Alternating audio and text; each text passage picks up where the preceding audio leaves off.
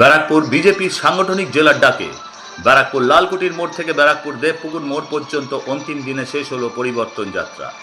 গতকালে বিজেপির পরিবর্তন যাত্রা শেষ হওয়ার পর আজ ব্যারাকপুর লালকুটির মোড় থেকে ব্যারাকপুর দেবপুকুর মোড় পর্যন্ত অন্তিম দিনে দ্বিতীয় দফার পরিবর্তন যাত্রার সমাপ্তি হলো।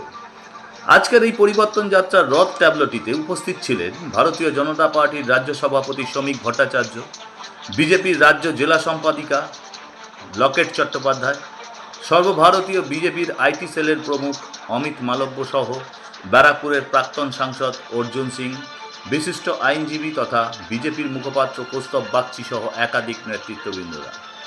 আজকের ব্যারাকপুর দেবপুকুর মোড়ে পরিবর্তন যাত্রার শেষে ব্যারাকপুর দেবপুকুরে এক বিশাল পরিবর্তন সভার আয়োজন করা হয়।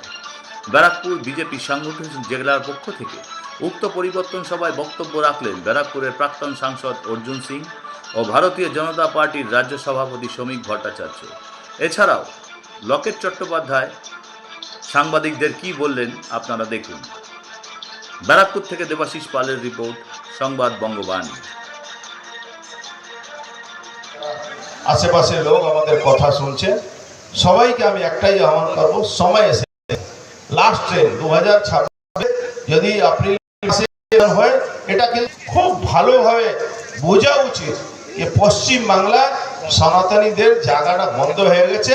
9টা জেলা যেখানে ডেমোগ্রাফি চেঞ্জ হয়ে গেছে প্রত্যেকটা এলাকার মধ্যে।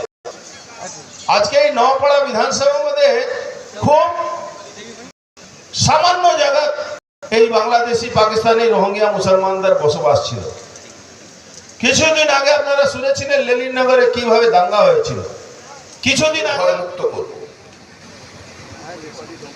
মানুষ জানতেন দীঘা গোয়া হবে না, কলকাতা লন্ডন হবে না, দার্জিলিং সুইজারল্যান্ড হবে না। মানুষ জানতেন বন্ধ কারখানার দরজার তালা রাতারাতি খুলে দেওয়া যাবে না। মানুষ জানতেন প্রত্যেকটা ব্লকে একটা করে সুপার স্পেশালিটি হসপিটাল তৈরি করা যাবে না। মানুষ জানতেন শিক্ষাঙ্গনকে তড়িঘড়ি রাজনৈতিক সংঘর্ষ থেকে মুক্ত করে দেওয়া যাবে না। কিন্তু তারপরেও মানুষ ভোট দিয়েছিলেন, কারণ ইস্যু ছিল একটাই, রেস্টোরেশন অফ ডেমোক্রেসি, গণতন্ত্রের পুনঃপ্রতিষ্ঠা।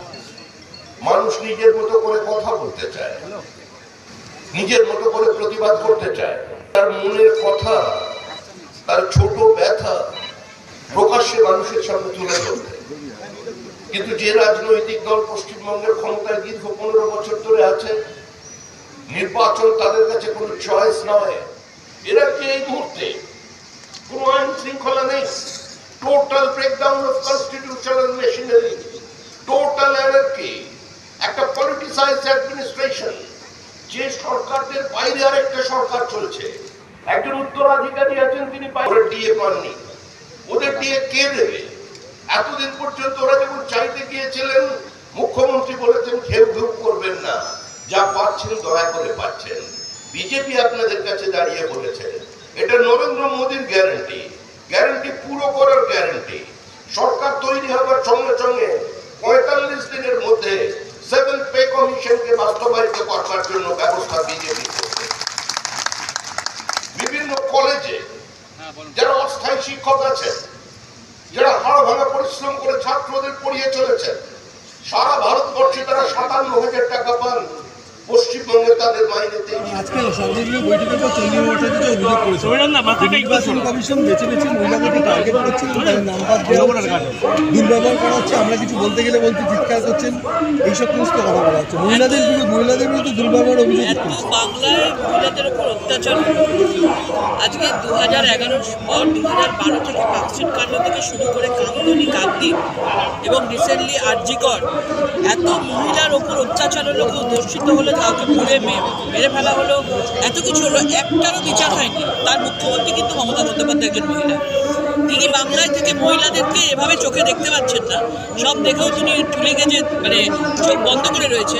আর তারা নির্বাচন কমিশনে কি বলছে, মহিলাদের অত্যাচার চলছে। এক্স্যাক্টলি বলুন, মহিলাদের টার্গেট করা হচ্ছে, মহিলাদের টার্গেট করা হচ্ছে, নাগরিকত্ব ঠিক করা নির্বাচন কমিশনার। পশ্চিমবঙ্গের সবচেয়ে সফট টার্গেট হচ্ছে মহিলা। মুখ্যমন্ত্রী একজন মহিলা হয়ে সেই মহিলাদেরকে এত বছরে সফট টার্গেট করেছেন এবং একের পর এক ধর্ষণ, অত্যাচারের ঘটনা ঘটেছে। কিন্তু যারা দোষী তারা তৃণমূলে নাম লিখিয়ে কোনো শাস্তি পায়নি, আর যারা ভিকটিম তারা আজকে কেউ খুন হয়েছে, কেউ সুইসাইড করেছে। বলছে আমরা কথা বললেই বলছেন চিৎকার করবেন না নির্বাচন কমিশনার, আমরা চিৎকার করি দেখুন, না, মহিলাদের এরা চাইছে মহিলাদের কার্ড খেলতে, এরা চাইছে মহিলাদের কার্ড করে যদি বৈতরণী পার হয়ে যায়। স্বাধীন ভারতে আমরা প্রত্যেকে আজকে সমান সমান অধিকারের কথা বলি, সেখানে পশ্চিমবাংলায় কেন এই মহিলা কার্ড খেলে এই বৈতরণী পার হতে চাইছেন? পরিষ্কার বোঝা যাচ্ছে যে এই প্রাইভেট লিমিটেড অমলা সিনেমা হলের বিপরীতে ডাক্তার কে.ডি. ঘোষের নার্সিংহোম। এখানে যত্নের সহিত সাধ্যের মধ্যে স্বাস্থ্য পরিষেবা দেওয়া হয়। এখানকার অত্যাধুনিক ফেসিলিটিগুলির মধ্যে হল ICCU, AC sharing cabin, AC cabin, NICU, maternity, paediatric, ventilator facility, modular OT, orthopaedic surgery, any type of surgery, obstetrics and gynecology, 24 hours ambulance facility, general medicine, pathology, physiotherapy, PFT, ECG, EEG, Holter monitoring, এছাড়াও থাকছে daily OPD service, 24 hours emergency service. আমাদের ঠিকানা Barasat road, নোনা Chandanpukur, Barrackpore, Amala cinema হলের বিপরীতে, কলকাতা 122। যোগাযোগ 03325920006। Mobile number 9433389740 এবং 9433389739। সারদা সেবা সদন হসপিটাল প্রাইভেট লিমিটেড।